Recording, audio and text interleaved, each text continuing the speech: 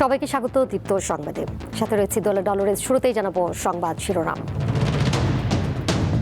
রামিসা ধর্ষণ ও হত্যাকাণ্ডের দ্রুত বিচার দাবিতে ঢাকার বিভিন্ন স্থানে বিক্ষোভ, সড়ক অবরোধ। শিশুদের জন্য নিরাপদ পরিবেশ নিশ্চিত করতে চান অভিভাবকরা।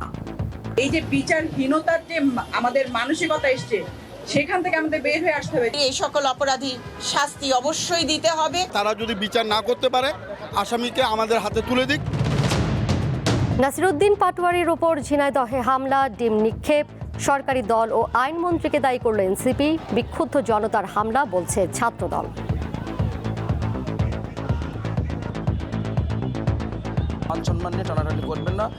ইসলামী বিশ্ববিদ্যালয়ের ছাত্রদল এর যিনি সভাপতি আছেন, তার নেতৃত্বে হকি স্টিক, বিভিন্ন যে দেশীয় অস্ত্র নিয়ে আমাদের উপরে তারা হামলা করে। রাজধানীতে জমে উঠছে কোরবানির পশুর হাট। দূর দূরান্ত থেকে গরু নিয়ে আসছেন খামারি ও ব্যাপারীরা। বেচা বিক্রি ও ক্রেতার উপস্থিতি এখন অনেক কম।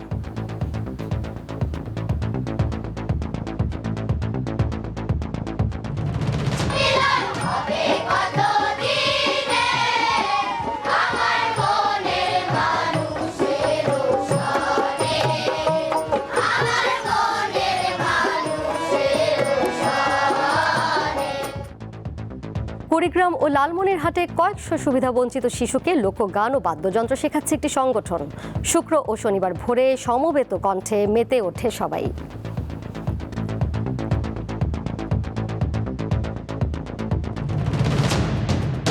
ইরান সামরিক ও প্রতিরক্ষা শিল্প খাত দ্রুত গতিতে পুনর্গঠন করছে। যুদ্ধবিরতির সুযোগে পুনরায় ড্রোন তৈরির উদ্যোগ তেহরানের।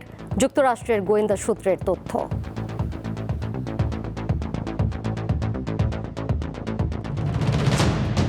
বাংলাদেশ জাতীয় ফুটবল দলের নতুন কোচ জার্মান বংশোদ্ভূত থমাস ডুলি। সকালে পা রাখেন ঢাকায়। রবিবার দলের ক্যাম্পে দেখা যাবে হামজা শমীদদের সাথে।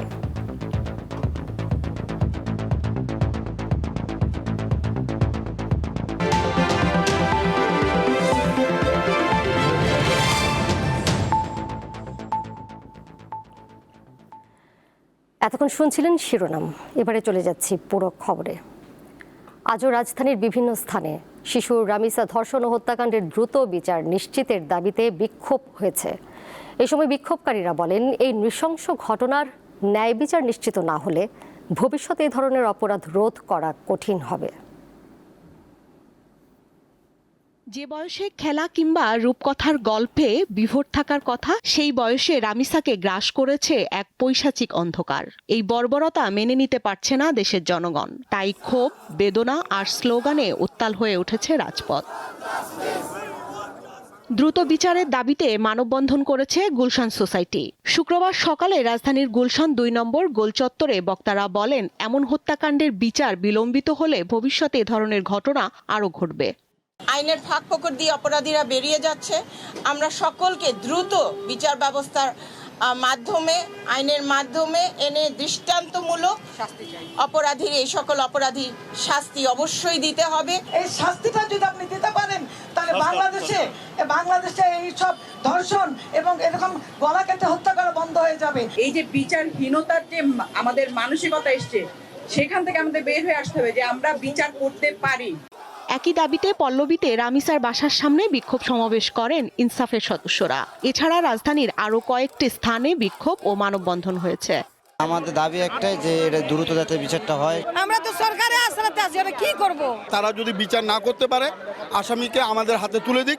এদিন মিরপুরে রামিসার বাসায় যান সংরক্ষিত নারী আসনের সংসদ সদস্য নিপুণ রায় চৌধুরী এবং সেলিমা রহমান।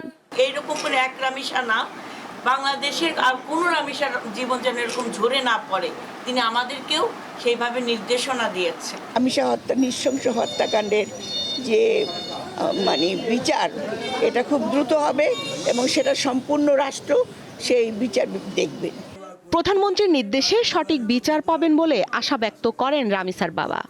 এই কষ্ট আমি মনে কোনোদিন আমি আর দূর করতে পারবো না, ইনশাল্লাহ। যেহেতু আমার বড় ভাই, আমার প্রধানমন্ত্রী আমাকে কথা দিয়েছে, আমি 100% বিশ্বাস করি এবং আমার এই রামিসার পাশাপাশি দেশে যত যা কিছু আছে উনি দেখছেন এবং দেখবেন। সংবাদ সম্মেলনে পুলিশ জানায়, দ্রুততম সময়ের মধ্যে ঘটনার তদন্ত প্রতিবেদন জমা দেওয়া হবে। তার অতীত কর্মকাণ্ড খুব একটা ভালো না, এটা আমরা সাধারণভাবে জিজ্ঞাসাবাদে জানতে পারছি। এবং যে কোনো একটা, আপনি জানেন যে এরকম হিনিয়াস ক্রাইমের যে কোনো একটা আসামি ধরা পড়লে আমরা ডিবি থেকে একটা টিম পাঠাই তার হয়রাবোর্স নেওয়ার জন্য, তার বিস্তারিত জানার জন্য যেটুকু নিয়েছি তাতে বোঝা গেছে যে তার স্বভাব চরিত্র খুব একটা ভালো না। জুম্মার নামাজের পর বিভিন্ন প্রান্ত থেকে এসে বিক্ষোভকারীরা রামিসার বাসার সামনে জড়ো হন। এক পর্যায়ে মিছিল আর স্লোগান দিতে দিতে মিরপুর 10 নম্বর গোল চত্বরে জড়ো হয়ে সড়ক অবরোধ করেন তারা। স্বস্তিকা সিংহ, দীপ্ত সংবাদ, ঢাকা। দেশে একের পর এক শিশু নির্যাতনের ঘটনা ঘটছে। এমন পরিস্থিতিতে দেশে আইনের শাসন প্রতিষ্ঠা এবং অপরাধীদের দৃষ্টান্তমূলক শাস্তি চান অভিভাবকরা। পাশাপাশি শিশুদের জন্য নিরাপদ পরিবেশ নিশ্চিতের দাবি জানান তারা। আজকের জনতার কথায় উঠে এসেছে এসব দাবি। এতদিন শিশু নির্যাতন বা নিরাপত্তার কথা উঠলে কেবলমাত্র কন্যা শিশুদের বিষয়গুলোই উঠে আসতো, কিন্তু এখন সময় বদলেছে অপরাধের ধরনও। ঘরের বাইরে তো বটেই, ঘরের ভেতরেও অনিরাপদ পুত্র সন্তানেরা। আর এ নিয়ে দেয়ালে পিঠ ঠেকে যাওয়া অভিভাবকরা কি ভাবছেন? তারা কি পারছেন পুত্র সন্তানদের জন্য একটি নিরাপদ শৈশব উপহার দিতে? আমরা যারা মা, তারা এখন সবসময় একটা আতঙ্কেতে আছি। কারণ হচ্ছে আমার ছেলে বাচ্চাই হোক আর মেয়েই হোক, কেউই নিরাপদ না। আমরা ঠিকই প্রতিবাদ করি বা করতেছি, কিন্তু আসলে শেষ পর্যন্ত এটার কোনো ফলাফল আমরা পাচ্ছি না। মাদ্রাসার হুজুরকে কথা বলি, এরা বিশ্বাসী লোক। এরা যে ঘটনাগুলো ঘটায়, বাচ্চাদের উপরে নির্যাতন করে এবং অমানসিক যে টর্চারগুলো করে, এগুলো খুবই খারাপ কাজ করা। দেখেন, ফেসবুকে আমরা ফাটিয়ে ফেলছি, বিচার চাচ্ছি, কিন্তু আপনি যে দেখেন কয়টা মানুষ ওই যেই জায়গাটা সংঘটিত হচ্ছে সেই জায়গায় আমরা হুলস্থুল করছি, কিন্তু মূল জায়গায় কিন্তু আমরা কেউ হাত দিচ্ছি না। আমাদের শিশুদের নিরাপত্তার জন্য কি করতে হবে, কাদের কাছে গেলে আমরা নিশ্চয়তাটা পাবো, ওগুলো কিন্তু আমরা খুঁজছি না। বাচ্চাদের নিয়ে বেরোতেও ভয় লাগে, সবসময় বাচ্চাদের বাসা রাখতে হইতেছে। এখন এই দেশের অবস্থা দেখি, এখন এই জায়গাতে কিভাবে ওঠানো যায়, প্রতিটা অভিভাবকের এখন বর্তমানে আপনার এটা চিন্তা ভাবনা দরকার যে নিজের বাচ্চাকে কিভাবে সেফটি করে রাখা যায়। তাছাড়া তার কোনো অপশন দেখা যায় না। ছেলে হোক কিংবা মেয়ে, প্রতিটি সন্তানের জন্যই একটি নিরাপদ রাষ্ট্র ও মানবিক সমাজ গড়ে তোলাই এখন সাধারণ মানুষের অন্যতম দাবি। কারণ দিন শেষে প্রতিটি পরিবারই চায় নিরাপদে তার সন্তান ঘরে ফিরুক, শ্বাস নিক বুক ভরে।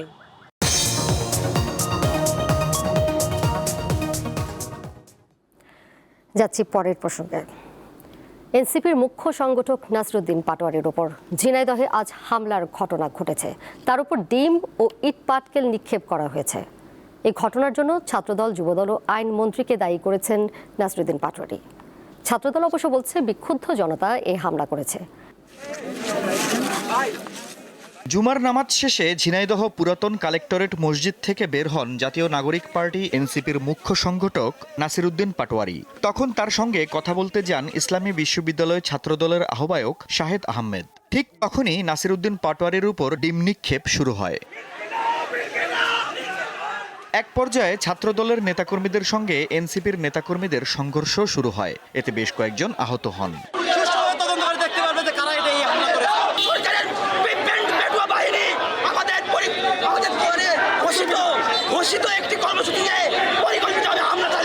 নাসিরুদ্দিন পাটোয়ারির দাবি, ছাত্রদল ও যুবদলকে দিয়ে এই ঘটনা ঘটানো হয়েছে। আমরা মসজিদ থেকে যখনই বের হয়েছি, বের হওয়ার পরে আইনমন্ত্রী আসাদুজ্জামানের সন্ত্রাসী বাহিনী, এখানে যে নেতৃত্ব দিয়ে থাকে আব্দুল মজিদ, এবং এখানে ইসলামী বিশ্ববিদ্যালয়ের ছাত্রদল এর যিনি সভাপতি আছেন তার নেতৃত্বে হকি স্টিক, বিভিন্ন যে দেশীয় অস্ত্র নিয়ে আমাদের উপরে তারা হামলা করে এবং আমাদের অনেকের ফোন, ক্যামেরা থেকে শুরু করে মানি ব্যাগ তারা সেখানে আমাদের চিন্তায় করে নিয়ে যায়। তারা তিনজনের তারা মাথা ফাটিয়ে দিয়েছে। এই বিষয়ে ইসলামী বিশ্ববিদ্যালয় ছাত্রদলের আহ্বায়ক শাহেদ আহমেদ বলেন, বিএনপির কেন্দ্রীয় নেতাদের নিয়ে বাজে মন্তব্য না করার অনুরোধ জানাতে তিনি এনসিপি নেতার সঙ্গে কথা বলতে গিয়েছিলেন। আমি ওনার সাথে কথা বলছি যে আপনি ঝিনাইদহে এসেছেন খুব ভালো, কিন্তু আমাদের ঝিনাইদহের নেতৃবৃন্দ বা বিএনপি শীর্ষ নেতাদের নামে আপনি কটূক্তি করবেন না। প্রত্যেকেরই মান সম্মান আছে, আপনি কারোর মান সম্মান নিয়ে টানাটানি করবেন না। অন্তত আপনার প্রতি এই অনুরোধটুকু থাকলো। তার পরবর্তী সময়ে ঝিনাইদহের বিক্ষুব্ধ কিছু ছাত্র জনতা ওনার উপরে ডিম নিক্ষেপ করেছে এবং এনসিপির নেতৃবৃন্দের ভিতরে আপনি ভিডিও কয়েকটি লক্ষ্য করবেন, এখানে আগ্নেয়াস্ত্র পকেট থেকে, ট্রাউজারের পকেট থেকে বের করা হয়েছে। হামলার পর এনসিপির নেতাকর্মীদের নিয়ে নাসিরউদ্দিন পাটোয়ারি মামলা করতে ঝিনাইদহ সদর থানায় যান। আফরিদ হাসান, দীপ্ত, বার্তাকক্ষ। দেশে 24 ঘন্টায় হাম ও হামির উপসর্গ নিয়ে আরও 11 শিশুর মৃত্যু হয়েছে। এর মধ্যে হামির উপসর্গে 9 আর নিশ্চিত হামে 2 শিশুর মৃত্যু হয়েছে। আজ স্বাস্থ্য অধিদপ্তরের বিবৃতিতে এই তথ্য জানানো হয়। একই সঙ্গে শুক্রবার সকাল 8টা পর্যন্ত আগের 24 ঘন্টায় হাম ও উপসর্গে 1261 শিশু আক্রান্ত হয়েছে। 15 মার্চ থেকে এখন পর্যন্ত হামির উপসর্গ দেখা দেওয়া রোগীর সংখ্যা 60,540। আর এ সময় 8,329 শিশুর শরীরে হাম শনাক্ত হয়েছে। হাম ও হামের উপসর্গে মোট মৃতের সংখ্যা 488।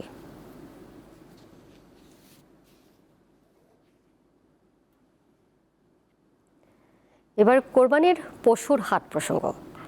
ঈদুল আজহার সামনে রেখে রাজধানীতে বসতে শুরু করেছে পশুর হাট।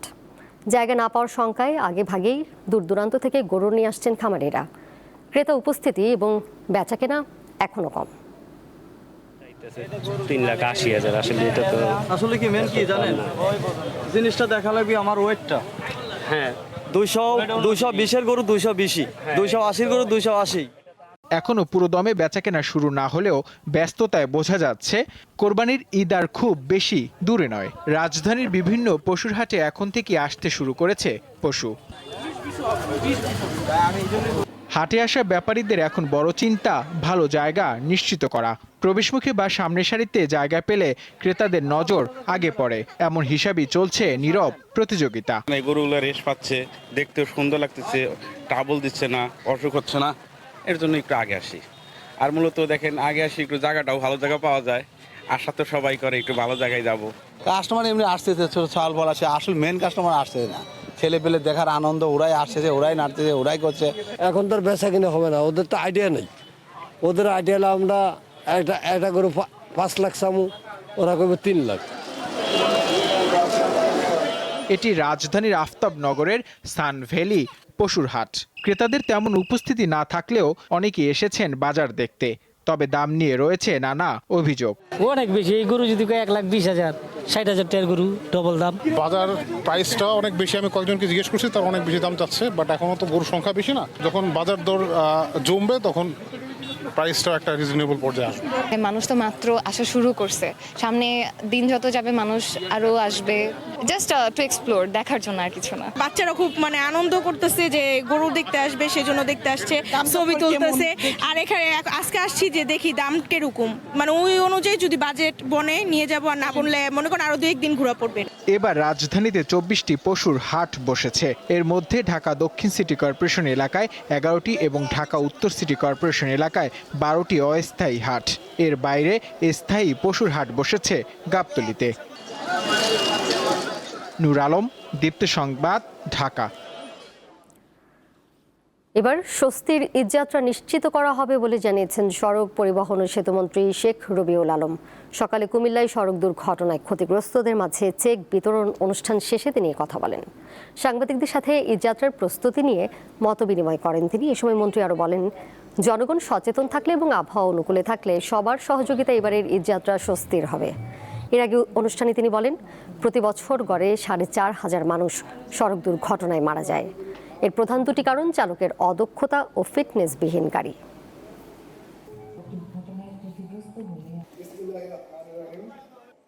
দেখেন, ঈদ যাত্রা নিয়ে এটা নির্বিঘ্ন করবার জন্য আমরা গত 1 মাস ধরে কাজ করছি। রেলপথ মন্ত্রণালয়ের সমন্বয় মিটিং হয়েছে, সড়কে হয়েছে, নৌ পরিবহন মন্ত্রণালয় হয়েছে, যত স্টেক হোল্ডার আছে তাদের সাথে বসেছি। মনে রাখতে হবে প্রায় 1.5 কোটির উপরে মানুষ, এবার আরও 1 কোটির কাছাকাছি আবার আপনার কুরবানিযোগ্য পশু। তো এটাও তো পরিবহনের ব্যাপার। প্রায় 2.5 কোটি মানুষ এবং কুরবানিযোগ্য পশুকে মাত্র 3-4 দিনের মধ্যে পরিবহন করার একটা বড় চ্যালেঞ্জ। তো সেই চ্যালেঞ্জ যেগুলি আছে সেগুলি আমরা সমাধান করার চেষ্টা করছি। এদিকে পবিত্র ঈদুল আজহা উপলক্ষে ঘরমুখো মানুষের ঈদযাত্রা নিরাপদ, স্বস্তিদায়ক ও যানজট মুক্ত রাখতে গাজীপুরের ঢাকা ময়মনসিংহ মহাসড়কের বিভিন্ন পয়েন্টে বিজিবি মোতায়েন করা হয়েছে। সড়কের বাড়তি যানবাহনের চাপ সামাল দেওয়া এবং জনদুর্ভোগ কমাতে বিজিবির সদস্যরা দায়িত্ব পালন করছেন অন্যান্য আইনশৃঙ্খলা বাহিনীর সঙ্গে সমন্বয় করে কাজ করার কথা বিজিবির পক্ষ থেকে জানানো হয়েছে। মানুষ যাতে নিরাপদে ও স্বাচ্ছন্দ্যে গন্তব্যে পৌঁছাতে পারেন সে লক্ষ্যে বিজিবি সর্বদা সতর্ক ও প্রস্তুত থাকবে।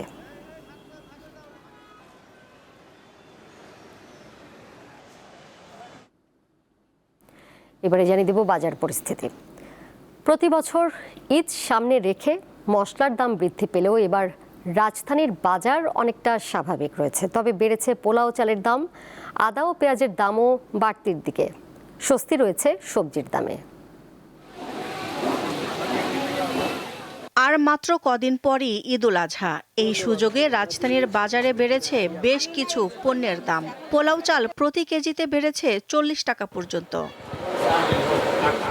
বাজারে বেশ কিছুদিন ভোজ্য তেলের সরবরাহ কম থাকলেও দাম বৃদ্ধির পর তা স্বাভাবিক হয়েছে। তেলের কোনো ক্রাইসিস নাই, তেল আসছে কিন্তু 4 টাকা করে বেড়ে গেছে, এটা সরকারি বাড়াইছে, এই আর কি। দাম স্থিতিশীল আছে, আগেটা আছে, গেছে বার থেকে দাম কম মশলার। পোলাও চালের দাম বাড়ছে, প্যাকেট পোলাও চাল আসছিল 160, এখন 190 টাকা। খোলা পোলাও চাল ছিল 120-30 টাকা, এখন 150 টাকা। সাধারণত শুক্রবার ছুটির দিনে বাজারে ভিড় বেশি থাকে, সাথে ঈদের কেনাকাটা যোগ হওয়ায় ক্রেতাদের আনাগোনা আরও বেড়েছে। বাজারে পেঁয়াজ, আদা ও রসুনের সরবরাহ বেশ ভালো। তবে ঈদের অজুহাতে পেঁয়াজ ও আদার দাম বেড়েছে, এতে ক্ষোভ প্রকাশ করেন ক্রেতারা। আগে 30 টাকা নিতাম, মানে 45-50 হয়ে গেছে, পার কেজিতে 10 টাকা 15 টাকা বেড়ে গেছে। তো এইভাবে যদি জিনিসপত্রের দাম বাড়ে তাহলে তো আর আমরা যারা মধ্যবিত্ত আছি, গরিব আছি, আমরা তো চললে ফিরে খাইতে পারবো না। আমরা যারা সাধারণ মানুষ, এদের অবস্থান তো খুবই খারাপ। বাজার যাতে যে অবস্থা, বাজারে যে সমস্যা, এগুলো যদি সরকার যদি দয়া করে নিয়ন্ত্রণের ভিতরে আনতো তাহলে আমাদের সবার জন্য ভালো হতো। পেঁয়াজ, দেশি পেঁয়াজ এই গত সপ্তাহে ছিল 30 টাকা কেজি, এই এক সপ্তাহের ব্যবধানে বাড়তে বাড়তে 15 টাকা বাড়ছে এক সপ্তাহের ভিতরে। এখন পেঁয়াজ বেচতেছে 45 টাকা কেজি, পাল্লা 220 টাকা। এই আদাটা গত এক সপ্তাহ আগে বেচেছি 120 টাকা কেজি, এখন এই আদার বাড়ি 180 টাকা কেজি হয়েছে। কেজিতে প্রায় 60 টাকা মতো বাড়ছে এক সপ্তাহের ভিতরে। সবজির দাম অনেকটা নাগালের মধ্যে রয়েছে। ঈদে সালাদের অন্যতম অনুষঙ্গ শসা ও লেবুর দামও রয়েছে স্বাভাবিক। আমরা গত সপ্তাহে পেঁপে বেচছি 100 টাকা, আজকে পেঁপে 60 টাকা কেজি, বেগুন 60 টাকা, কাঁকরোল 80 টাকা, উস্তা 60 টাকা, টমেটো 80 টাকা। সব কিছুর দাম মোটামুটি কমছে, কেজি 20-30 টাকা। আমরা যারা নিম্ন আয়ের মানুষ তাদেরকে একটু কষ্ট হচ্ছে, এই জন্য এটা সরকারের দৃষ্টি আকর্ষণ করা উচিত আর কি। এদিকে মাছ ও মাংসের দাম অপরিবর্তিত রয়েছে। দিলশা দানি, দীপ্ত সংবাদ, ঢাকা। এবার উদ্দীপ্ত যা কিছু ভালো ও উদ্দীপনার।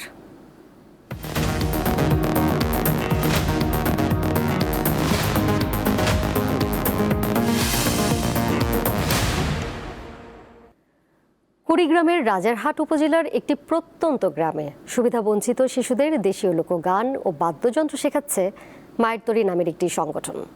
মূলত প্রান্তিক শিশুরাই সুযোগ পাচ্ছে। লালমনিরহাটেও এই কার্যক্রম চালাচ্ছে সংগঠনটি।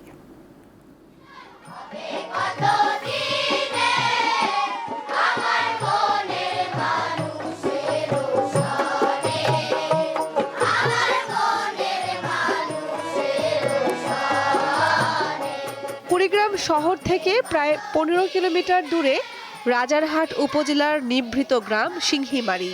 এখানে গড়ে ওঠা মায়ের তরী এক অন্যরকম সাংস্কৃতিক আঙিনা। প্রতি শুক্র ও শনিবার ভোরে বেজে ওঠে লোকগানের সুর।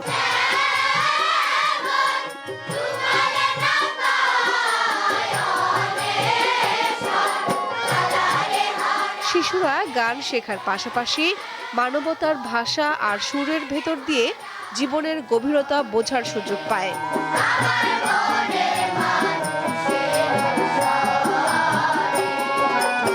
লালন গীতি, ভাওয়াইয়া, লোকসঙ্গীত, নানান ধরনের গান শিখেছি। আমি পড়াশোনার পাশাপাশি শিল্পী হতে চাই। এখানে লালন, ভাওয়াইয়া এবং অনেক লোকসঙ্গীত শেখানো হয়। দোতারা, বেহালা, সারিন্দা, তবলা, হারমোনিয়াম, বাঁশি আরও বিভিন্ন যন্ত্র। মায়ের তরী সংগঠনের মাধ্যমে কুড়িগ্রামে ও লালমনিরহাটে 6 শতাধিক শিক্ষার্থী লোকগান ও বাদ্যযন্ত্র শিখছে। এর সঙ্গে আমাদের ভবিষ্যৎ পরিকল্পনা, শুধু বাচ্চারা এখন সুযোগ পাচ্ছে, বাচ্চারা শিখছে, এর সঙ্গে প্রবীণদেরকে নিয়ে কিছু করার ভাবনা চলছে। সংগঠনটির যাত্রা শুরু হয় 2016 সালে। এই উদ্যোগের পেছনে আছেন নরওয়ের কবি, গবেষক ও আলোকচিত্রী ওয়েরা সেথের। ব্রহ্মপুত্রের চরে বন্যা পরবর্তী জীবনচিত্র ধারণ করতে এসে তিনি মুগ্ধ হন বাংলার লোকসঙ্গীতে। সেই মুগ্ধতা থেকেই সঙ্গীতের মাধ্যমে প্রান্তিক মানুষের জীবনে মানবতার আলো ছড়িয়ে দেওয়ার স্বপ্ন দেখেন তিনি। তাহলে একটা চেষ্টা করতে শুরু করেছিলাম আর এখনো করছি। এই মাটির গান, এই ভাবের গান থাকুক। বাচ্চাদের মনে যদি না থাকে তাহলে কম সময়ের মধ্যে কারো মনে থাকবে না। মায়ের তরী সম্পূর্ণ বিনামূল্যে শিশুদের লালন গীতি ও ভাওয়াইয়া গান সহ নানা ধরনের গান ও বাদ্যযন্ত্র শেখায়। কামরুন নাহার, দীপ্ত, বার্তাকক্ষ। গত কয়েকটি ঈদের মতো এবারও বাজারে নতুন টাকা ছাড়েনি বাংলাদেশ ব্যাংক। ফলে নতুন টাকা কিনতে রাজধানীর মতিঝিল ও গুলিস্তানের ভ্রাম্যমাণ দোকানে ভিড় করছেন ক্রেতারা। প্রতি বান্ডেলে 3 থেকে 400 টাকারও বেশি দিয়ে এসব নতুন টাকা কিনছেন গ্রাহকরা। তবে প্রশ্ন রয়েছে, সাধারণ গ্রাহক ব্যাংক থেকে নতুন টাকা না পেলেও এসব দোকানি কিভাবে টাকা সংগ্রহ করছেন?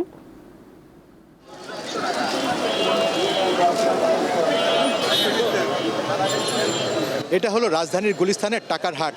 বাণিজ্যিক ব্যাংকগুলোতে নতুন টাকার নোট না মিললেও এখানে সব ধরনের নোটই মিলবে। তবে এর জন্য গ্রাহকদের বাড়তি অর্থ গুনতে হবে।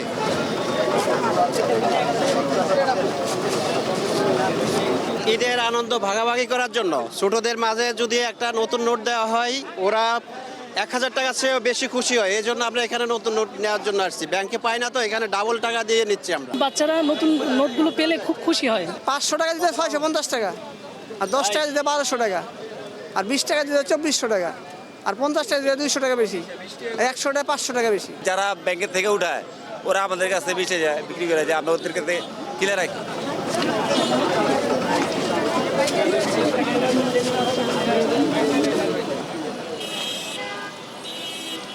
বেশ কয়েক বছর আগেও বাণিজ্যিক ব্যাংকগুলো থেকে নতুন নোট বিনিময়ের সুযোগ থাকলেও এখন সেই সুযোগ আর নেই। কেন এই অবস্থা? বাংলাদেশ ব্যাংক 2টি ঈদকে কেন্দ্র করে বড় অ্যামাউন্টের নতুন ফ্রেশ নোট বাজারে ছেড়ে থাকে। সেই কালচার থেকে আমরা বের হয়ে আসতে যাচ্ছি। নতুন নোট বাজারে ছাড়া একটা রেগুলার ফেনোমেনা হবে। সারা বছরই থ্রু আউট দ্য ইয়ার আমরা চাহিদা মোতাবেক বাজারে নতুন নোট ছাড়ব। এবারও ঈদকে কেন্দ্র করে নোট ছাড়ার কোনো টার্গেট আমাদের নেই।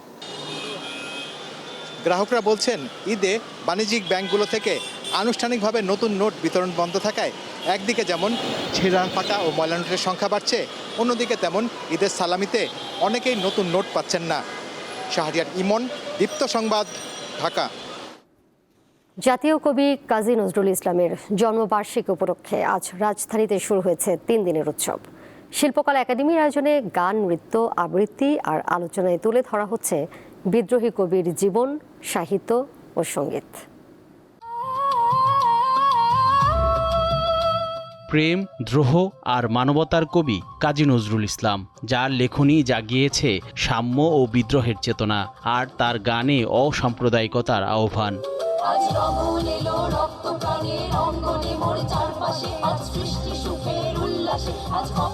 জাতীয় কবির 127তম জন্মবার্ষিকী উপলক্ষে শুক্রবার রাজধানীর শিল্পকলা একাডেমিতে শুরু হয়েছে 3 দিনের নজরুল জয়ন্তী। আয়োজনের শুরুতেই গান, আবৃত্তি ও নৃত্যে উঠে আসে কবির অমর সব সৃষ্টি। নজরুলকে নিয়ে আলোচনায় বক্তারা বলেন, বাংলা সাহিত্য, সঙ্গীত ও সংস্কৃতির অন্যতম শ্রেষ্ঠ ব্যক্তিত্ব ছিলেন তিনি। একই সঙ্গে নজরুলের হারিয়ে যাওয়া গান ও কবিতা সংরক্ষণে কার্যকর উদ্যোগ নেওয়ারও দাবি ওঠে। বিশেষভাবে অনুরোধ জানাচ্ছে যে নজরুলের এই হারিয়ে যাওয়া গান, হারিয়ে যাওয়া কবিতা সংগ্রহের যাতে উদ্যোগ নেওয়া হয়। একজন মানুষ এই পরিমাণ প্রতিভার পরিচয় রাখতে পারেন, এই সমস্ত রচনা, সেই সমস্ত কবিতা, সেই সমস্ত সাহিত্য, সেই সমস্ত নাটক, তার সমস্ত কর্ম এত বছর পরেও এই পরিমাণ প্রাসঙ্গিকতাকে ধরে রাখতে পারেন।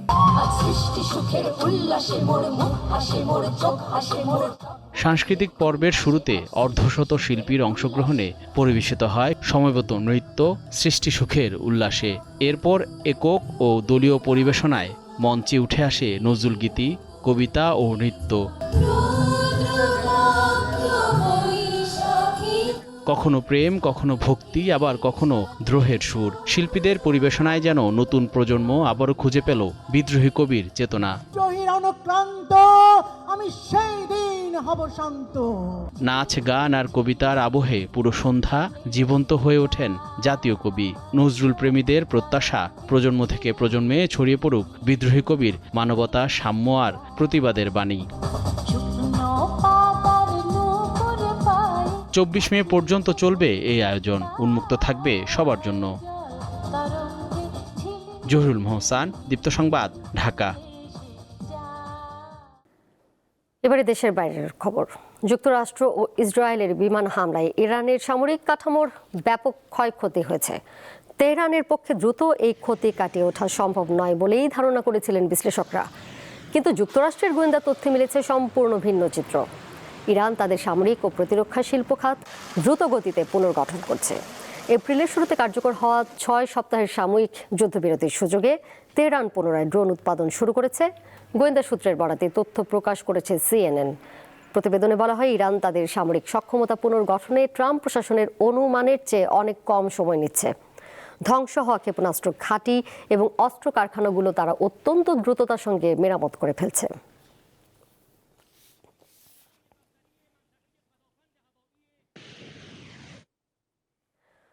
ককরোচ জনতা পার্টি বা CJP নামের একটি গ্রুপ ভারতে হঠাৎ ব্যাপক আলোড়ন তৈরি করেছে। জেন জি বা নতুন প্রজন্মের নানা উদ্বেগ ও সমস্যা নিয়ে 16 মে যাত্রা শুরু করে প্ল্যাটফর্মটি। তরুণদের বেকারত্বের মতো ইস্যু প্রাধান্য পেয়েছে তাদের প্রচারণায়। সামাজিক যোগাযোগ মাধ্যমে তাদের অনুসারীর সংখ্যা ছাড়িয়ে গেছে 1.5 কোটি। পেশায় বিক্রয়কর্মী গ্রেগর শামসা সকালে ঘুম থেকে উঠে দেখেন তেলাপোকার মতো দেখতে একটি পতঙ্গে পরিণত হয়েছে তার পুরো শরীর। সেই সকালের পর নাটকীয়ভাবে বদলে যায় তার জীবন। যে পরিবারে গ্রেগর ছিলেন অন্ধের জ্যোষ্ঠী, হঠাৎ পতঙ্গে পরিণত হওয়ায় তিনি হলেন পরিবারের বোঝা। আরশোলার এই গল্প লেখক ফ্রান্স কাফকা তুলে এনেছিলেন তার বিখ্যাত ব্যঙ্গাত্মক উপন্যাস দ্য মেটামরফোসিসে। ককরোচ, আরশোলা বা তেলাপোকা নিয়ে সামাজিক রাজনৈতিক স্যাটায়ার সেই থেকেই বিশ্বব্যাপী ব্যাপক জনপ্রিয় করেছিলেন কাফকা। এবার তেলাপোকা নিয়েই ব্যঙ্গাত্মক এক অনলাইন প্ল্যাটফর্ম তৈরি করেছে ভারতের জেনজিরা। নাম দিয়েছে ককরোচ জনতা পার্টি বা CJP। ভারতের বেকার যুবকদের তেলাপোকার সঙ্গে তুলনা করে দেশটির প্রধান বিচারপতি সূর্যকান্তের মন্তব্যের পর জন্ম নেয় CJP। এর প্রতিষ্ঠাতা 30 বছর বয়সী অভিজিৎ দীপকে বলছেন, বেকার আর অলসদের জন্যই উপযুক্ত তার এই দল। এরই মধ্যে ভারত জুড়ে বেশ আলোড়ন তুলেছে ককরোচ পার্টি। ইনস্টাগ্রামে তাদের অনুসারী 1.5 কোটি ছাড়িয়েছে, যেখানে দেশটির ক্ষমতাসীন দল বিজেপির অনুসারী 90 লাখেরও কম। CJP নিজেদের নিয়েও ব্যঙ্গ করতে ছাড়ছে না। তাদের সদস্য হওয়ার জন্য হতে হবে বেকার, অলস, সারাক্ষণ থাকতে হবে অনলাইনে, পেশাদারের মতো জানতে হবে রাগ ঝাড়তে। এদের ইশতেহারেও ব্যঙ্গের মাধ্যমে ভারতের রাজনীতির নানা বিতর্কিত বিষয় তুলে ধরা হচ্ছে। এর মধ্যে আছে ভোট কারচুপির অভিযোগ, কর্পোরেট গণমাধ্যম ও সরকারের সম্পর্ক নিয়ে সমালোচনা এবং অবসরপ্রাপ্ত বিচারকদের সরকারি পদে নিয়োগের মতো বিষয়। সমালোচকদের একটি অংশ, যাদের অনেকেই মোদির সমর্থক, তারা এই উদ্যোগকে বিরোধীপন্থী রাজনৈতিক চটকদার অনলাইন কৌশল বলে উড়িয়ে দিয়েছেন। কারণ এটি কোনো তৃণমূল পর্যায়ের আন্দোলন নয়, বরং কেবল একটি ডিজিটাল প্রচারণা। তবে ককরোচ পার্টির প্রতিষ্ঠাতা অভিজিতের মতে, অনলাইনে শুরু হওয়া এই আন্দোলন সামাজিক যোগাযোগ মাধ্যমেই সীমাবদ্ধ থাকবে না, প্রয়োজন হলে মাঠেও গড়াবে। সাইফুর রহমান শিশির, দীপ্ত, বার্তাকক্ষ। এবারে জানাবো ক্রীড়াঙ্গনের খবর। অবসান হলো সব জল্পনা কল্পনার। বাংলাদেশ জাতীয় ফুটবল দলের নতুন প্রধান কোচ হিসেবে দায়িত্ব পেয়েছেন থমাস ডুলি। সকালে বাফুফে সংবাদ বিজ্ঞপ্তিতে এই খবর জানায়। বাংলাদেশ দলের ডাগআউট সামলানোর দায়িত্ব নিয়ে 65 বছর বয়সী জার্মান বংশোদ্ভূত কোচ সকালে ঢাকায় পা রাখেন। দীর্ঘ 4 বছরেরও বেশি সময় দায়িত্ব পালন শেষে গেল 31 মার্চ বাংলাদেশ ফুটবল দলের সাথে চুক্তি শেষ হয় স্প্যানিশ কোচ হেভিয়ের কাবরেরার। এপ্রিলে শুরুতে জাতীয় দলের প্রধান কোচ পদে আবেদন আহ্বান করে বিজ্ঞপ্তি দেয় দেশের ফুটবলের সর্বোচ্চ সংস্থা বাফুফে। প্রায় 270 জন প্রার্থী আবেদন করেন। পরবর্তীতে ওয়েলসের কোচ ক্রিস কোলম্যানের সঙ্গে আলোচনা চূড়ান্ত পর্যায়ে গেলেও এজেন্ট ফি সংক্রান্ত জটিলতায় সেই আলোচনা ভেস্তে যায়। এরপরই কোচ নিয়োগ প্রক্রিয়া শীর্ষ পছন্দ হিসেবে উঠে আসেন থমাস ডুলি। বাংলাদেশ দলের ডাগআউট সামলানোর দায়িত্ব নিয়ে 65 বছর বয়সী এই জার্মান বংশোদ্ভূত কোচ সকালেই ঢাকায় পা রাখেন। সবকিছু ঠিকঠাক থাকলে আগামী রোববার বাংলাদেশ দলের ক্যাম্পে দেখা যাবে ডুলিকে। জন্মসূত্রে জার্মান হলেও সাবেক ডিফেন্সিভ মিডফিল্ডার থমাস ডুলির খেলোয়াড়ি জীবন কেটেছে যুক্তরাষ্ট্রের জার্সিতে। এশিয়ার ফুটবল নিয়ে উত্তেজনা দারুণ উপভোগ করি, আর বাংলাদেশ সম্পর্কে ধারণা আরও স্পষ্ট। হামজা, শামিদ আসার পর থেকে আমার একটা দর্শন আছে, সেটা সঠিক প্রয়োগ করার ইচ্ছা আছে। দেশের হয়ে 7 বছরে আন্তর্জাতিক ক্যারিয়ারে 81 ম্যাচ খেলে গোল করেছেন 7টি। 1994 সালে যুক্তরাষ্ট্রের মাটিতে অনুষ্ঠিত বিশ্বকাপে স্বাগতিক দলের হয়ে 4টি ম্যাচই খেলেন ডুলি। 4 বছর পর 1998 বিশ্বকাপেও যুক্তরাষ্ট্রের অধিনায়ক হিসাবে সব ম্যাচ খেলেন তিনি। 2011 থেকে 2014 সাল পর্যন্ত যুক্তরাষ্ট্র জাতীয় দলের প্রধান কোচ ইউর্গেন ক্লিন্সম্যানের সহকারী হিসাবে কাজ করেন ডুলি। একটি দল গড়ে তোলার ক্ষেত্রে বিশেষ দক্ষ তিনি। এশিয়ার ফুটবলে বাস্তবতা, চ্যালেঞ্জ ও সমর্থকদের আবেগ সম্পর্কে তার স্পষ্ট ধারণা রয়েছে। তার অধীনে ফিলিপিন্স জাতীয় ফুটবল দল ইতিহাস গড়ে অপরাজিত থেকে এশিয়ান কাপের মূল পর্বে জায়গা নিশ্চিত করে এবং অর্জন করে নিজেদের ইতিহাসে সর্বোচ্চ বিশ্ব র্যাঙ্কিং। 1 বছর গায়ানা জাতীয় দলের দায়িত্বে থাকাকালীন 4টি ম্যাচের সবকটিতে জয় পায় দেশটি। ফিফা র্যাঙ্কিংয়ে 160 থেকে 165 এর মধ্যে বাংলাদেশ দলকে নিয়ে আসার পরিকল্পনা আমার। এর জন্য বাফুফে থেকে শুরু করে খেলোয়াড়দের সর্বোচ্চ সহযোগিতা প্রয়োজন। আমি আশা করি তা করতে পারব। বাংলাদেশের তরুণ ফুটবলারদের সম্ভাবনাকে কাজে লাগিয়ে জাতীয় দলকে আরও প্রতিযোগিতামূলক ও সফল এক দলে পরিণত করার লক্ষ্য নিয়ে এবার যাত্রা শুরু করতে যাচ্ছেন থমাস ডুলি। তার অধীনে বাংলাদেশ দলের প্রথম মিশন শুরু হতে যাচ্ছে আগামী 5 জুন। সান মারিনোর বিপক্ষে প্রীতি ম্যাচ খেলতে দেশটিতে উড়াল দেবে বাংলাদেশ দল। মোহাম্মদ হাসিব, দীপ্ত স্পোর্টস, ঢাকা। এর সাথে শেষ করব দীপ্ত সংবাদ। যাবার আগে শিরোনামগুলো জেনে দিব আরও একবার। রামিসা ধর্ষণ ও হত্যাকাণ্ডের দ্রুত বিচার দাবিতে ঢাকার বিভিন্ন স্থানে বিক্ষোভ, সড়ক অবরোধ। শিশুদের জন্য নিরাপদ পরিবেশ নিশ্চিত করতে চান অভিভাবকরা। এই যে বিচারহীনতার যে আমাদের মানসিকতা এসছে, সেখান থেকে আমাদের বের হয়ে আসতে হবে। এই সকল অপরাধী শাস্তি অবশ্যই দিতে হবে। তারা যদি বিচার না করতে পারে, আসামিকে আমাদের হাতে তুলে দিক। নাসরুদ্দিন পাটোয়ারির ওপর ঝিনাইদহে হামলা, ডিম নিক্ষেপ। সরকারি দল ও আইনমন্ত্রীকে দায়ী করল এনসিপি। বিক্ষুব্ধ জনতার হামলা বলছে ছাত্রদল।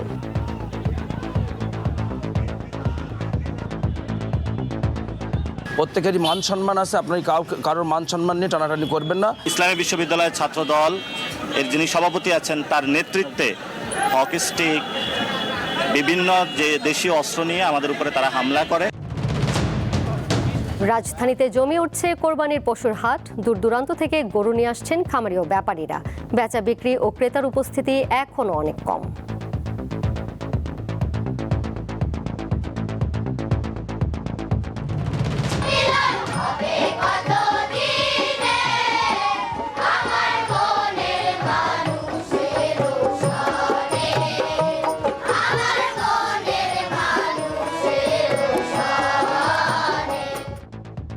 কুড়িগ্রাম ও লালমনিরহাটে কয়েকশো সুবিধাবঞ্চিত শিশুকে লোকগান ও বাদ্যযন্ত্র শেখাচ্ছে একটি সংগঠন।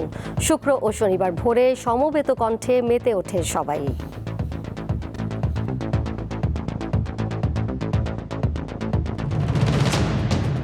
ইরান সামরিক ও প্রতিরক্ষা শিল্প খাত দ্রুত গতিতে পুনর্গঠন করছে। যুদ্ধবিরতির সুযোগে পুনরায় ড্রোন তৈরির উদ্যোগ তেহরানের, যুক্তরাষ্ট্রের গোয়েন্দা সূত্রের তথ্য।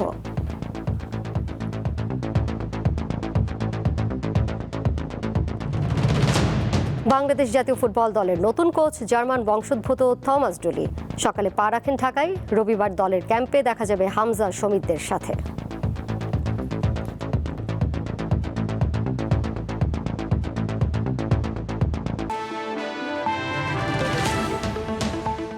এই ছিল এখনকার মতো। এরই সাথে বিদায় নিচ্ছি আমি ডোলা ডলরেস।